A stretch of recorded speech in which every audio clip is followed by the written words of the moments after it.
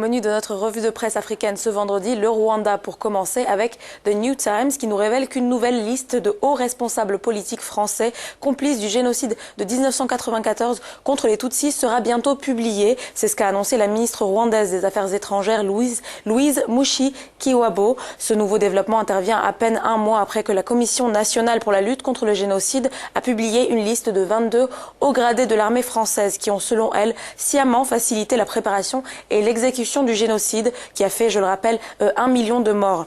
Il faut en finir avec l'intimidation judiciaire de la France, les mots de Louise Mushikiwabo qui s'exprimait devant les journalistes à Kigali. Hier, la ministre a ajouté qu'il était temps de divulguer ces informations qui indiquent clairement le rôle de certains policiers, membres des services secrets ou encore de l'armée, français tous, dans ce massacre. Nous avons atteint un point où, 22 ans après le génocide, nous nous rendons compte que la France ne cherche pas à entretenir une bonne relation avec le Rwanda, a conclu la ministre.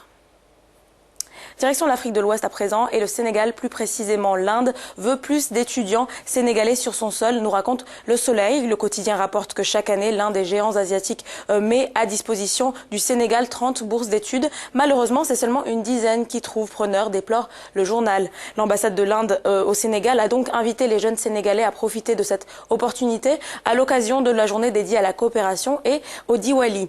L'ambassadeur a tenu à rassurer les jeunes en leur expliquant que les bourses indiennes portent sur quasiment tous les secteurs d'activité, notamment l'agriculture, la santé, la formation technique et professionnelle, et que tous les cours sont dispensés en anglais et non pas en hindou.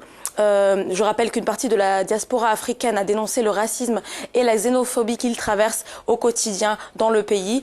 En mai dernier, un jeune enseignant congolais était décédé après avoir été lapidé, une agression qui n'est pas isolée en Inde. On termine cette revue de presse par les résultats d'une étude publiée dans le quotidien de l'économie camerounais. Médiamétrie, leader des études des médias, a mesuré pour la première fois cette année 2016 la performance des réseaux sociaux au Cameroun. L'enquête a été menée dans les 4 villes principales du pays, Douala, Yaoundé, Bamenda et Bafoussam, au premier trimestre 2016. Les premiers résultats publiés de ce 10 novembre laissent apparaître une pratique généralisée des réseaux sociaux, rapporte le quotidien.